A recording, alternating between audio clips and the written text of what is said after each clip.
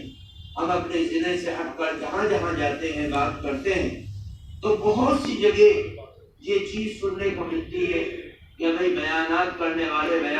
بیانات کرتے ہیں، ان کی زبان پر کچھ ہے، عمل کچھ ہے۔ اس لیے میں سمجھتا ہوں کہ یہ اصلاح معاشرہ کے سلسلے میں جو آنے والے ایام ہیں، جو بھی تاریخیں طے ہوں، جو بھی ترتیب بنے، ان ترتیبوں پر انہی علماء کو اتارنا چاہیے جو علماء اپنے اعمال کے اندر کھڑے ہوں۔ اللہ تعالی ہم سب کے لیے عمل کو آسان فرمائے۔ آمین۔